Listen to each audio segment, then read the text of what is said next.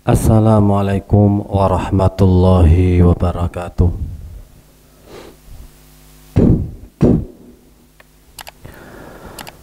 Bismillahirrahmanirrahim. Innal hamdalillah nahmaduhu wa nasta'inuhu wa nastaghfiruh wa na'udzu billahi min syururi anfusina wa min sayyiati a'malina.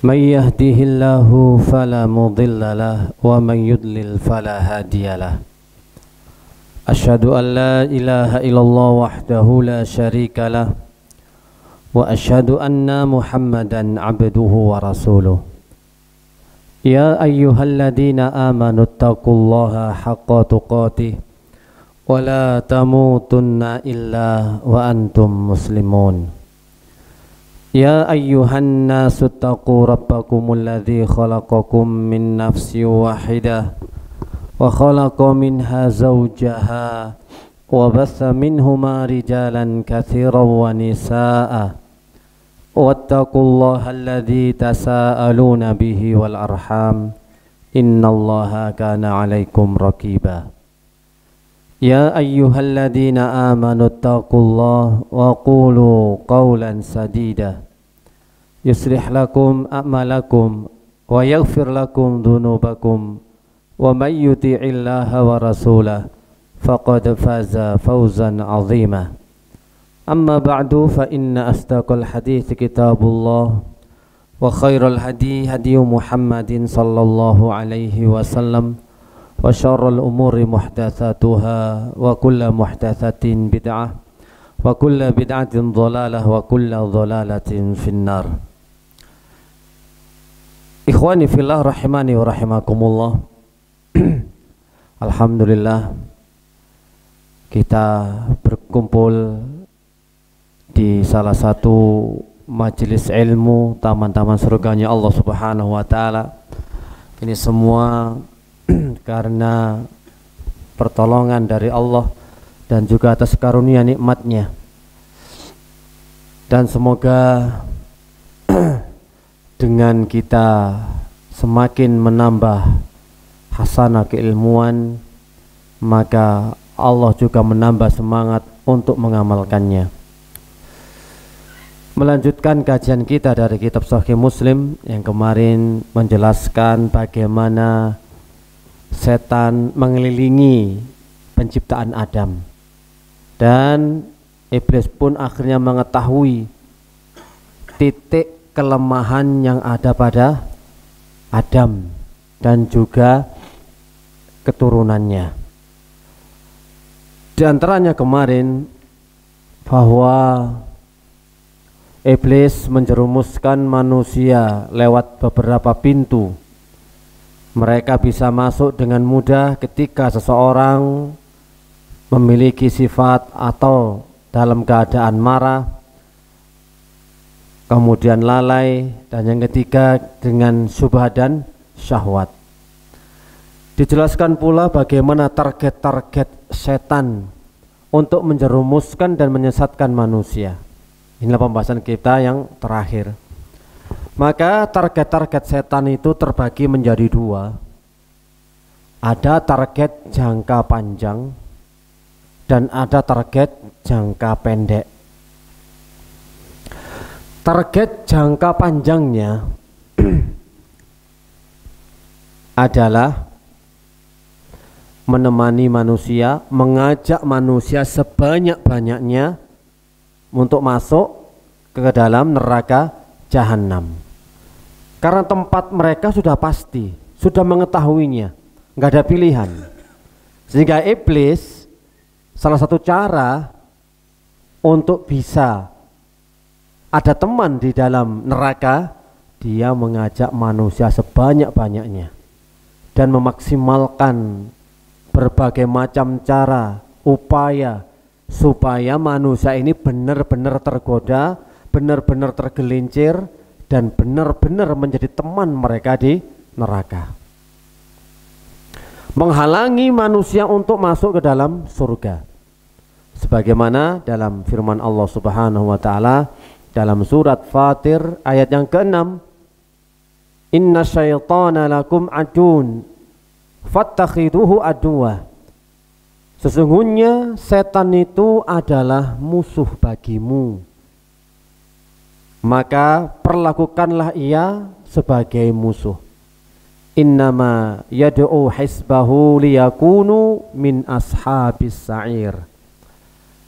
Karena sesungguhnya setan itu hanya mengajak golongannya agar mereka menjadi penghuni neraka sa'ir, neraka yang menyala-nyala.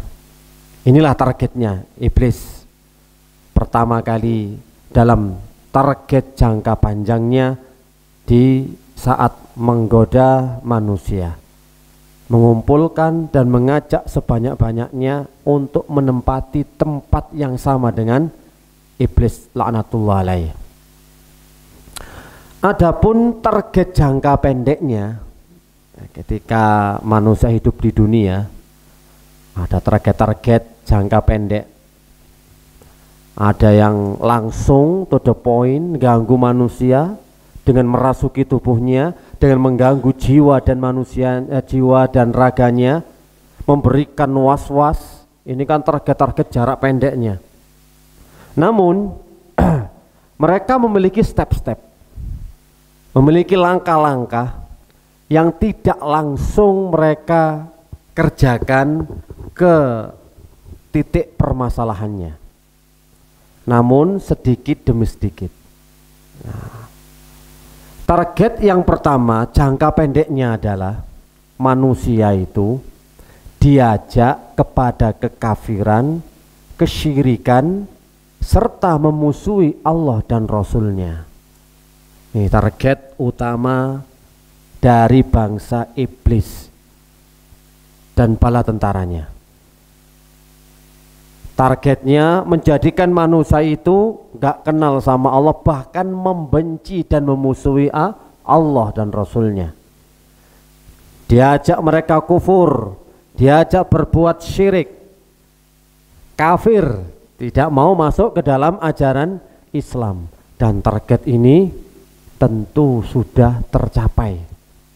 Banyak manusia yang tidak memeluk agama Islam, ada yang ateis bahkan tidak beragama. Dan ini target langkah awal yang ditempuh oleh setan. Barulah ketika itu ia bisa beristirahat dari rasa capeknya. Sudah dapat untung banyak ini. Kalau manusia ditarget supaya berbuat syirik dan kafir kepada Allah tercapai, ini mendapatkan keuntungan besar. Mereka sudah bisa rehat sejenak dari rasa capeknya untuk apa? Menggelincirkan dan menyesatkan manusia. Soalnya ini paling nomor satu ini. Manusia diajak syirik tidak mengenal Allah. Kalaupun sudah Islam tetap diajak syirik dalam perbuatan-perbuatannya. Nah, kalau sudah syirik berarti mereka sudah bisa istirahat. Lumayan. Karena ini dosa sangat besar sekali, nggak akan diampuni oleh Allah Subhanahu wa taala. Inna syirka la zulmun azim. Sesungguhnya kesyirikan ini adalah bentuk kezaliman yang paling besar. Jadi dosa menyekutukan Allah Subhanahu wa taala. Nah, setan akan terus menggoda manusia agar bisa terjerumus dalam dosa yang pertama ini dengan berbagai macam upaya. Jika telah berhasil, pasukan dan bala tentara iblis akan diangkat posisinya menjadi mendapatkan mahkota juga dan duduk bersama iblis. Hebat kalau bisa menyeru manusia dalam kesyirikan. Wes duduk jajar iblis, berarti hebat ini sudah kalau melakukan kesyirikan. Makanya mereka berlomba-lomba untuk bisa menjadikan manusia tidak kenal Allah, tidak kenal Islam. Kalaupun sudah kenal Islam, bagaimana cara peribadatan mereka tercampuri dengan kesyirikan. Entah mereka terjatuh dalam tauhid rububiyah atau terjatuh dalam tauhid uluhiyah. Tauhid rububiyah mereka merasa congkak, sombong, ujub. Ini kan tauhid rububiyahnya. Jadi seolah-olah mereka bisa kuat, hebat, sehingga mereka congkak, sombong, merasa dirinya mampu, padahal itu semua adalah Allah, karena Allah. Ataukah tauhid uluhiyah yang mereka memberikan ibadahnya bukan kepada Allah tapi kepada selainnya, terjatuh dalam perbuatan syirik. Ini langkah yang pertama. Selanjutnya langkah yang kedua, turun derajatnya, stepnya ya. Target ini yang jangka pendeknya, jika langkah pertama ini nggak berhasil, kok sih kuat ini nggak terjatuh dalam perbuatan syirik, maka manusia akan diajak pada perbuatan bid'ah. Ini sudah urutan-urutannya ya, syirik kemudian bid'ah. Manusia diajak berbuat bid'ah. Perbuatan ini lebih disukai iblis daripada dosa besar ataupun maksiat lainnya. Paling seneng iblis ini, paling mudah untuk menjerumuskan manusia. Karena bahaya bid'ah itu yang tidak disadari ya. Yang pertama, orang kalau sudah terjatuh dalam perbuatan bid'ah, bid'ah itu membahayakan agama seseorang. Bahaya ini sudah. Iya, karena nggak terasa gitu lah ya. Bahaya, terancam. Yang kedua, membahayakan orang lain. Di samping membahayakan agama dirinya, maka itu juga membahayakan orang lain. Orang lain jadi ikut-ikutan berbuat sesuatu yang tidak ada tuntunannya. Soalnya biasa yang ngajak gitu loh ya. Enak kalau berbuat bid'ah, melakukan suatu perbuatan yang tidak ada contohnya atau niatannya baik, wis akeh. Sing melok biasa akeh yang ikut. Ayo bro, melok aku nang ndi? Wis talah ngeces. Aku nek dodolan gak ngeces, isok bangkrut iki. Nek dijarno lombo-lomboan ini, yo wis ana apa napa? Wis iki lho amalno Al-Fatihah 1350. Ngono, iki kan amalan. Iki kan wis ketok, enggak ada tuntunannya. Nek kepingin sampean sukses dunya akhirat, dagangan sampean laris laku gak macet, iki lho wis cukup Al-Fatihah iki. Utawa melok aku. Ngono. Aku sak joke semenjak aku ziarah itu, subhanallah. Itu luar biasa, itu lancar, gak entas nadai rezeki. Tapi sak durunge sawret. Lah ini kan mesti ngajak mesti. Nah kalau ngajak orang itu nggak terasa ya, untuk melakukan suatu perbuatan bid'ah. Ini bahayanya, jadi bukan hanya pada dirinya sendiri tapi bahayanya kepada orang lain. Orang lain jadi ikut-ikutan padahal amalan itu nggak ada tuntunannya, dan masih banyak lagi contoh-contohnya.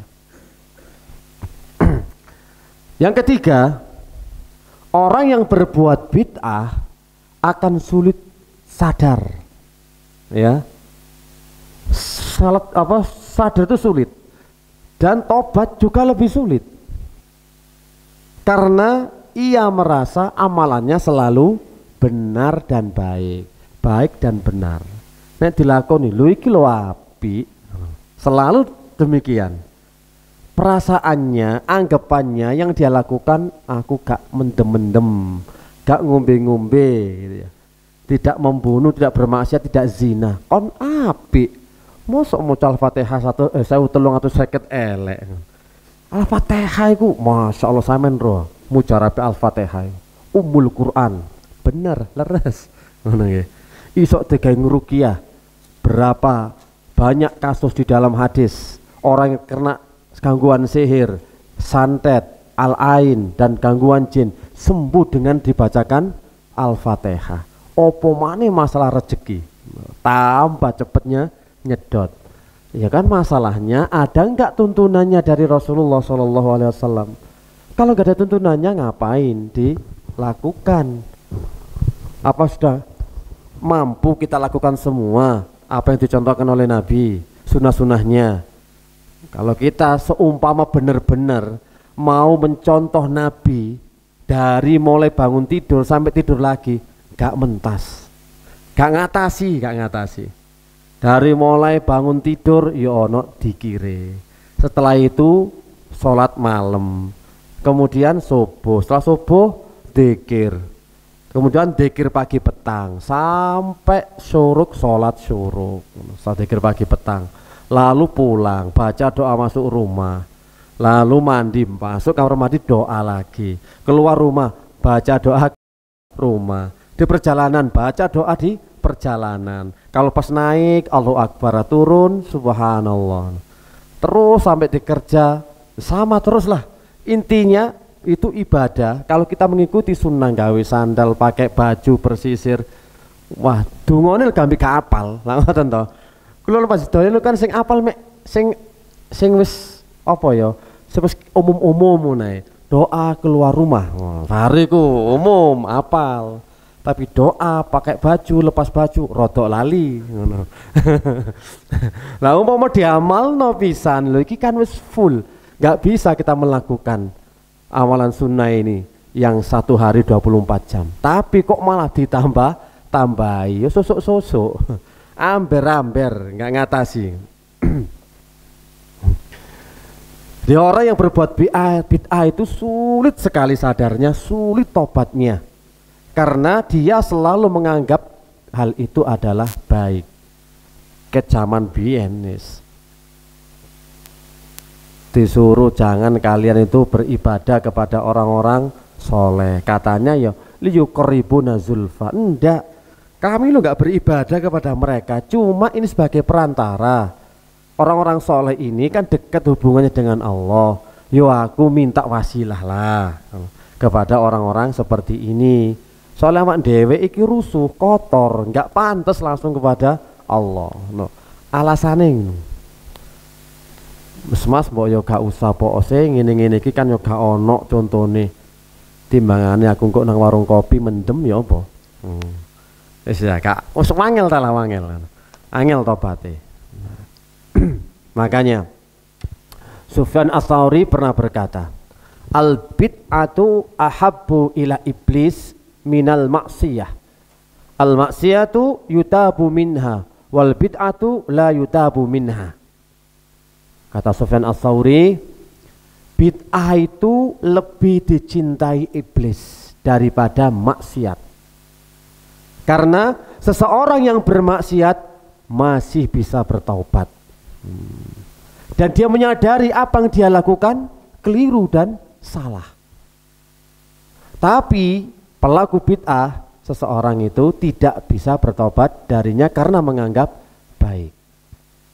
Kalau orang ditanya misalkan pakai narkoba, ngerti itu buruk, ngerti itu jelek, dan itu ngerti kalau perbuatannya dosa, ngerti kalau berzina, pergi ke sana-sana gitu ya, ke tempat-tempat yang terlarang, diskotik, karaoke, lo ngerti iki munu maksiat.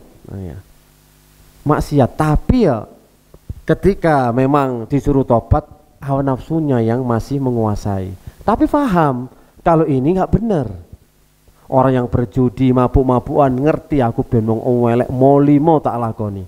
Semua kejahatan lah, sehingga mereka ketika tua pun bisa bertobat. Rumongso elei.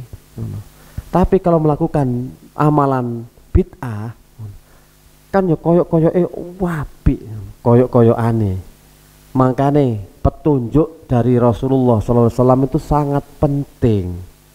Kalau amalan ini menurut logika masing-masing, ya awal mulanya lihat bagaimana ketika 3 orang yang bertanya kepada Aisyah tentang amalannya Nabi. Ketika dikasih tahu, mereka nganggep loh, iku lawis Nabi, dosanya diampuni, gitu ya. Dosanya kan terampuni, dijamin surga. Ibadah ngono tok cukup. Kalau kita, siapa yang jamin surga? Ya udah kalau gitu aku akan tetap sholat malam, gak tidur-tidur. Satunya wis poso wae gak buka-buka. Satunya mesisan aku gak rabi. Iya bujang terus gak rabi. Lah Nabi krungu ini awal asal mulanya ini amal-amal yang jadi contohkan baru ditegur oleh Rasulullah Shallallahu Alaihi Wasallam. Kalau kita bahas tentang masalah bid'ah ya sangat panjang dan lebar, dan di sini bukan tempatnya ya, karena bid'ah itu ada yang murni, ada bid'ah idhofi. Kalau bid'ah idhofi ya yang disandarkan ya, ada dalilnya. Selanjutnya, oleh karena itu, jika iblis tidak berhasil menjerumuskan manusia dalam kekufuran, maka setan akan menjerumuskan ke dalam perkara bid'ah agar terus dalam perbuatannya, sehingga ia pun jauh dari Allah dan susah bertobat darinya. Ketika setan menggoda seperti ini, iblis pun juga mengangkat dia sebagai pembantunya. Kalau bisa menjerumuskan manusia ke dalam perbuatan bid'ah, derajatnya di bawahnya orang yang mampu menjerumuskan manusia dalam perbuatan syirik. Kalau tadi longgo jejer, duduk sejajar, kalau ini jadi pembantunya. Wis apik, kinerjamu bagus. Wis keren, tak anggap bijimu wis belum mumtaz, jahit jidan. Nek mumtaz syirik nih wow. Oke. Langkah yang ketiga,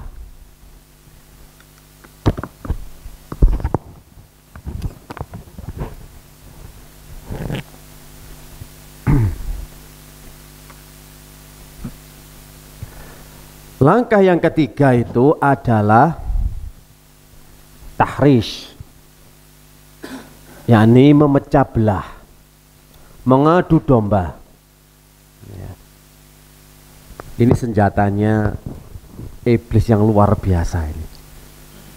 Kalau seseorang digoda melalui perbuatan syirik, selamat, mampu, kuat. Ganti untuk berbuat bid'ah, kuat, masih bisa. Maka setan akan menempuh cara yang ketiga, yakni dengan cara dipecah belah, tahrish, diadu domba. Ya, tahrish itu memang apa ya, dijadikan orang itu bercerai-berai, tidak bersatu.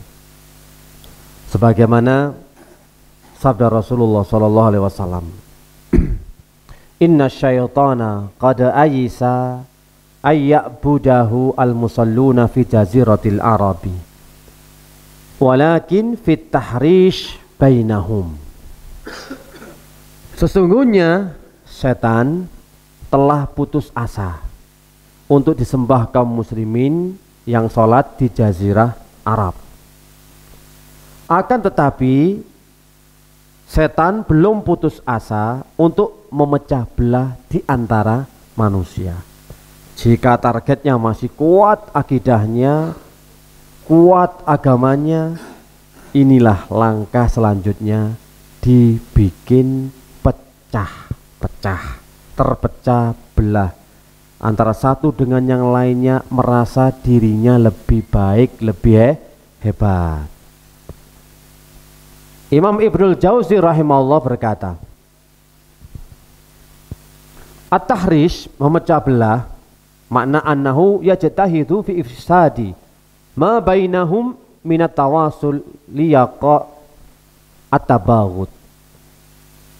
Tahrish itu adalah memecah belah atau manas-manasi, ngipas-ngipasi. Dan setan berusaha sekuat tenaga untuk merusak hubungan antara kaum muslimin sehingga mereka saling membenci dan saling bermusuhan. Iki senggare angel bersatu. Jangankan kepada yang lain dulu, sesama kitanya iki engko ono sing di paling sejati ono. Untuk memunculkan ya wak ndek sejati, murni, gak ono campurane. Nek liya-liyane iku sik kaleng-kaleng, abal-abal. Ya iki Ahlussunnah sejati koyo ngene iki awak dhewe. Walak wal baroke jelas, akidah jelas, kajian kitab yo jelas, ustadz jelas. Kau wape jelas kabeh. Nek liyane ku abu-abu kaleng-kaleng. Semua jeneng abu-abu kaleng-kaleng kok ya. Jadi yang lainnya itu ndak. Lah ini bikin perpecahan. Sehingga satu dengan yang lainnya mencurigai. Ini tahrish. Imam Syafi'i rahimahullah menjelaskan, Aisa ayyabudahu ahlu jaziratil Arab. Ahlu jaziratil Arab. Walakinnahu sa'a fi tahrish bainahum bil khusumat wasyakhna wal hurub wal fitan wa nahwiha. Maknanya setan itu kan sudah tadi berputus asa, ternyata manusia tidak berbuat syirik, akan tetapi dia tetap berusaha memecah belah kaum muslimin dengan permusuhan, kebencian, peperangan, fitnah dan semisalnya. Jadi sekarang ujian kita itu adalah fitnah. Kalau fitnah dimunculkan bagi kita itu ya sering dan senang sekali untuk meresponnya. Responsif paling cepat ngerespon kalau ada kabar, kalau ada fitnah. Fitnah apa saja ya. Kabar-kabar dari dalam negeri, luar negeri, dalam areanya sendiri ataupun area orang lain.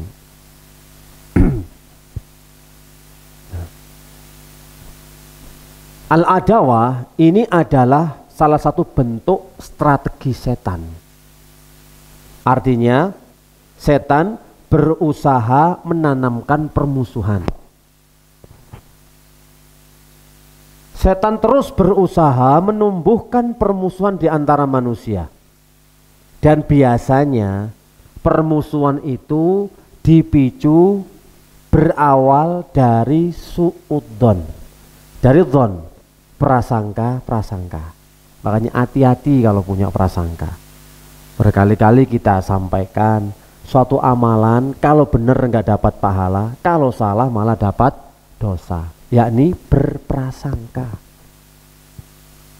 Kadang-kadang kita itu mungkin berpapasan, lupa enggak noleh, sudah punya prasangka, nitek baper. Ada apa dengan si fulan? Kok aku enggak disapa, biasa tegur sapa, salam, ini walakalam. Jangan-jangan kenapa gitu loh ya. Mulai muncul hal itu.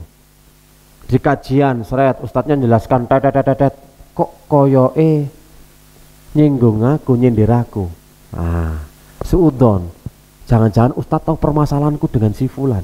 Padahal nggak tahu. Terus ketepaan. Bahkan dia punya masalah, problem dengan temannya. Kok ustadz bisa tahu? Wah, ini kajiannya nyindir saya ini. Suudon. Bahwa kita nggak tahu apa-apa. Terus ketepaan. Bahas kok pas ya temanya seperti itu. Jadi awalnya pasti dipicu ini berburuk sangka. Supaya apa? Manusia saling curiga dan bermusuhan. Setan biasanya menumbuhkan prasangka buruk ini. Sesama saudara, sesama teman bisnis, ya, sesama teman kajian, ada permasalahan kok hitungannya nggak pas labanya, sudah mulai curiga jangan-jangan korupsi, jangan-jangan dialihkan ke tempat yang lain, jangan-jangan macam-macam. Sudah, makanya dalam mendengar informasi jangan sampai sepihak.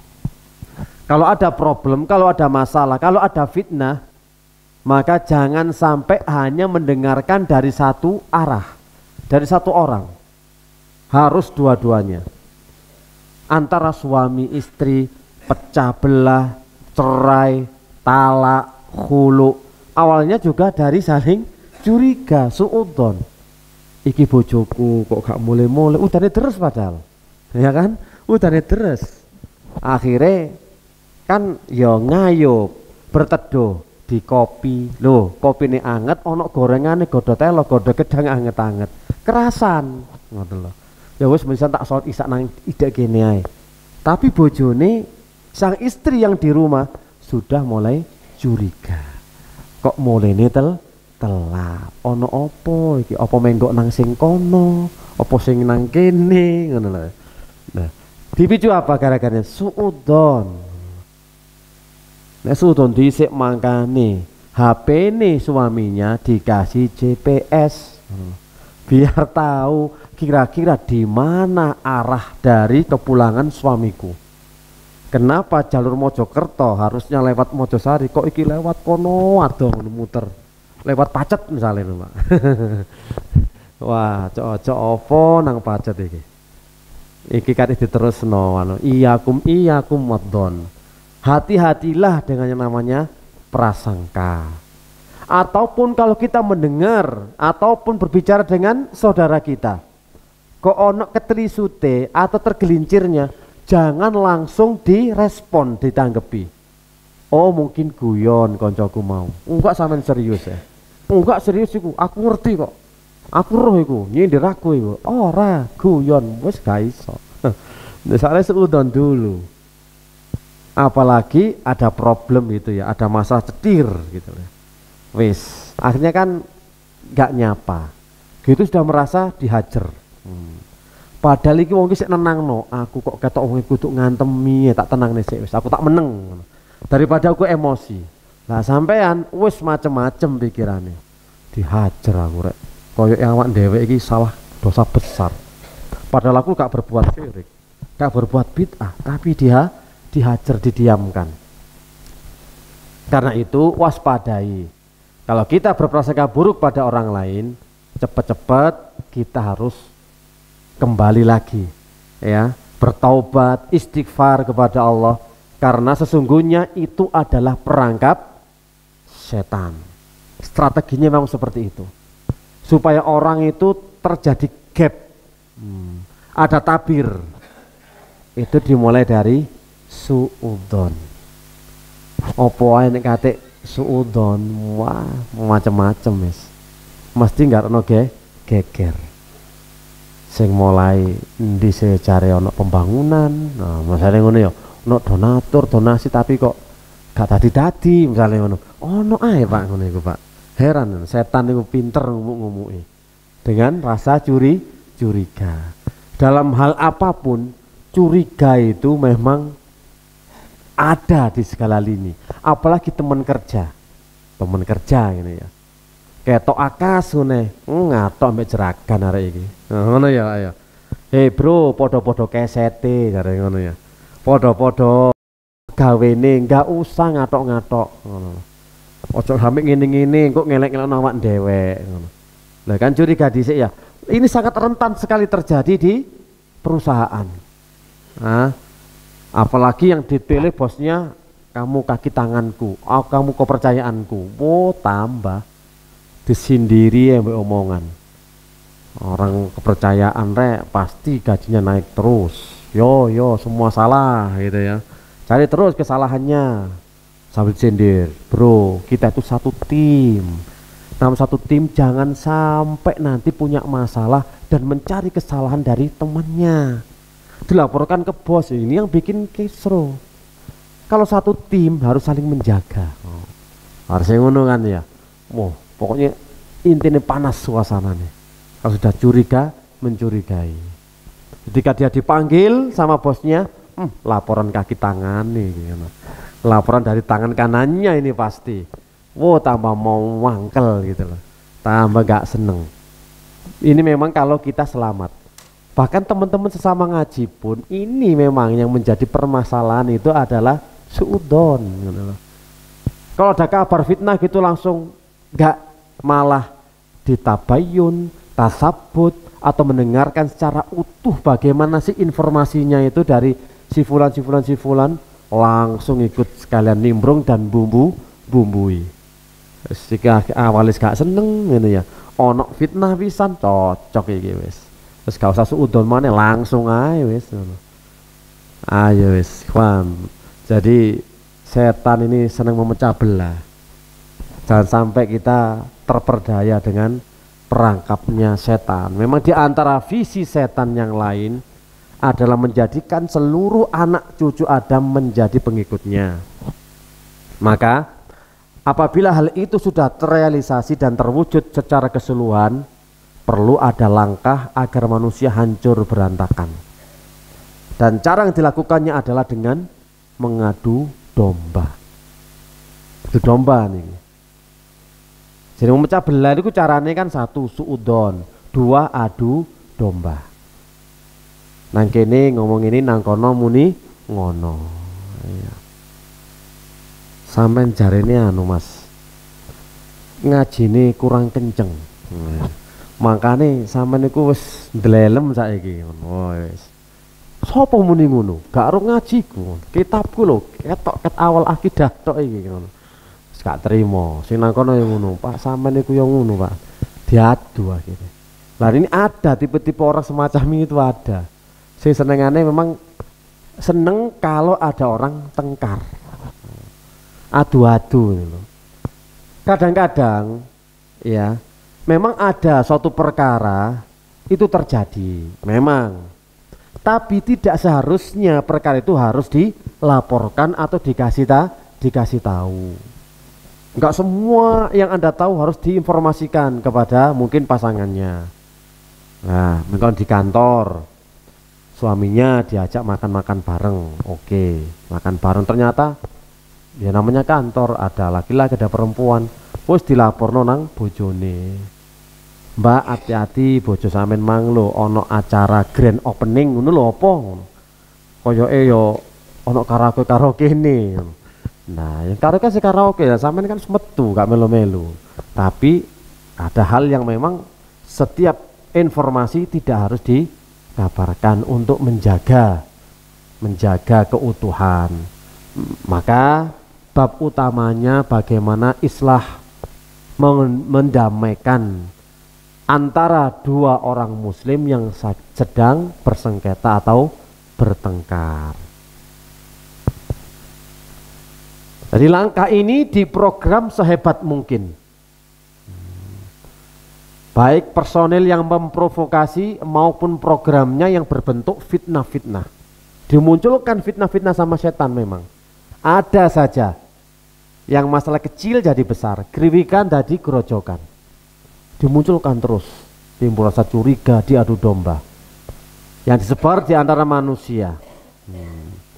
Sehingga program ini pun ya menjadi orang bertikai, bertengkar. Hingga sesama kaum muslimin pun terus saja bertengkar tiada habisnya sampai akhir zaman. Ingatlah ketika Allah berfirman tentang Nabi Yusuf.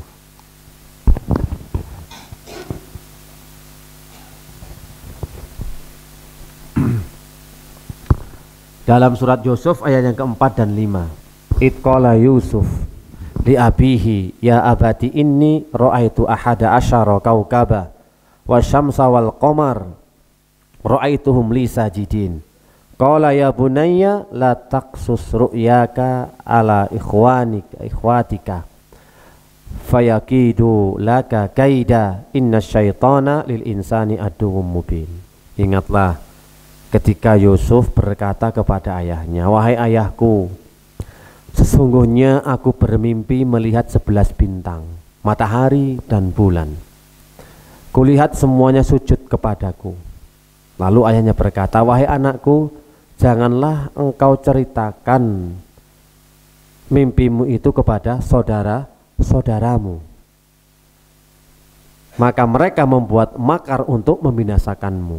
Nah, sesungguhnya setan itu adalah musuh yang nyata bagi manusia. Jadi sampai-sampai ayahnya Nabi Yusuf melarang menceritakan supaya nggak ada adu domba. Supaya apa? Nggak ada domba, adu domba setan. Nggak ada suudon yang menjadikan punya sifat iri, hasad dan dengki. Awalnya kan ada sifat hasad, iri dan dengki saudara-saudara Yusuf itu, sehingga mereka punya planning untuk meniadakan, membinasakan Yusuf. Ada permusuhan di situ. Memang apa ya, benih-benih permusuhan itu memang benar-benar ditanam sama setan dan iblis. Ada saja suudonnya. Suudonnya apa sih, saudara-saudara Yusuf? Bapak itu kasih sayang terhadap Yusuf luar biasa, pilih kasih. Kalau sama kita biasa-biasa, tapi kalau Yusuf, wow, pokoknya kayak anak dimaskan. Suudon dulu kepada abinya. Awal mulanya permusuhan memang seperti itu, diadu domba. Akhirnya mereka pun ingin menghabisi Yusuf. Dan di dalam surat Al-Isra ayat yang ke-53, wa kulli ibadi yaqulu allati hiya ahsan inna syaitana yanzaghu bainahum inna syaitana kala lil insan aduwwam mubina. Dan katakanlah kepada hamba-hambaku, hendaklah mereka mengucapkan perkataan yang lebih baik, benar. Sungguh setan itu selalu menimbulkan perselisihan di antara mereka. Jadi setan selalu munculkan perdebatan, pertikaian, permusuhan di antara mereka. Dan setan adalah musuh yang nyata bagi manusia. Bisa nggih? Langkah yang keempat sekarang. Tadi programnya dari awal terjatuh dalam perbuatan syirik, yang kedua bid'ah, yang ketiga dengan tahris dipecah belah, saling curiga, diadu domba, dan langkah yang keempat adalah menghalangi manusia dari ketaatan kepada Allah Subhanahu wa Ta'ala. Dalam hadis yang lumayan sedikit panjang ya, diriwayatkan oleh Imam Ahmad, disahihkan Syekh Albani rahimahullah, inna syaitana qa'ada li ibni adam bituruqihi qa'ada lahu bituruqil Islam. Sesungguhnya setan selalu duduk menggoda di semua jalan kebaikan anak Adam. Ia duduk di jalan Islam sambil berkata, mengapa kamu masuk Islam dan meninggalkan agamamu, agama bapak dan nenek moyangmu?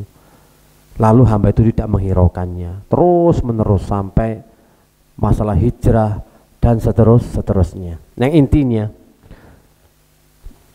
setan itu selalu menghalangi manusia dari ketaatan kepada Allah. Maka di saat ketaatan itu punya nilai besar pahalanya, besar manfaatnya bagi hamba, maka semakin besar pula godaan yang dilakukan oleh iblis dan setan, bala tentaranya.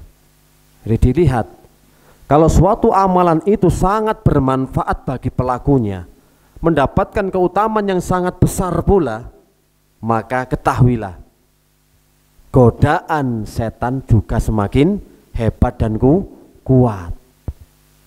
Dan termasuk medan yang penting dalam pertempuran melawan setan itu adalah medan belajar ilmu syar'i, thalabul ilm. Itu sangat besar sekali. Kemarin sudah kita sampaikan, pintu terbesar yang disukai setan masuk ke dalam manusia itu adalah al-jahil, kebodohan. Maka ketika melihat manusia berbondong-bondong untuk menuntut ilmu, itu yang paling dibenci. Dan itu bagaimana caranya setan bisa menghalangi mereka dari menuntut ilmu. Setan berusaha dengan semua kekuatannya untuk memalingkan seseorang dari belajar ilmu yang bermanfaat, agar orang tersebut tetap dalam kebodohan dan terjerat hawa nafsunya. Karena ilmu syar'i yang bermanfaat itu sebagai nur, cahaya, pelita, sebagai syifa, sebagai obat. Maka iblis berusaha memadamkan cahaya itu supaya manusia selalu berada dalam kegelapan, kebodohan, dan bisa dipermainkan oleh setan sekehendaknya, serta dijerumuskan ke dalam kejelekan dan kebinasaan. Itu tujuannya, supaya terus dalam kegelapan dan kebodohan, kejahilan, selalu menghalangi manusia untuk belajar ilmu syar'i. Di antara tipu dayanya yang paling jelas, kalau orang itu dihalang-halangi dalam menuntut ilmu, baik menuntut ilmu di pondok pesantren ataupun menghadiri di majelis-majelis ilmu di masjid atau di rumah-rumah, ya tempat-tempat kajian, itu sama ya, godaannya sama-sama beratnya. Apalagi yang di pondok pesantren ya. Yang pertama taswif. Taswif itu artinya berangan-angan akan melakukan pekerjaan tersebut dan menundanya. Angen-angene tak tundai dhisik, kapan-kapan yo iso. Iku nuntut ilmu seperti itu. Kalau dia masih muda misalkan, sengko ae lah. Awak sik enom, sisa umur sik akeh. Nek wis rabi ae. Ngono. Nek rabi wong kok wis duwe anak siji ae. Terus ae. Gak ero, gak tahu orang itu. Kalau semakin umur kesibukannya semakin bertambah. Ketika bujang bebas lepas mau parkir di mana saja bisa, bebas parkir. Masih muda, masa muda itu bebas parkir. Mau parkir di masjid, di warung kopi, di tempat rekreasi, healing, semua bisa. Itu kalau masih muda. Nanti aja setelah nikah ben semangat. Justru nikah iku sing garai digandoli bojo. Dulu bebas, mau pergi ke warung kopi bebas, ke sini bebas, ke sana bebas, punya istri. Loh Mas kate nang dia samlak sendiri aku sih. Golek apa maneh? Ngono to. Ngopi tak keno kopi. Luwe manis engko nang ndelok aku. Lho. Kurang ya apa? Tambah besok nang ndi? Mau pergi belajar ditarik mana kene, Mas aku gak wani sampean tinggal. Ya wis. Terus nangin nek anak wis ya cinta-cintai gak kena ditinggal, Pak. Sik cinta-cintai kematen anyar.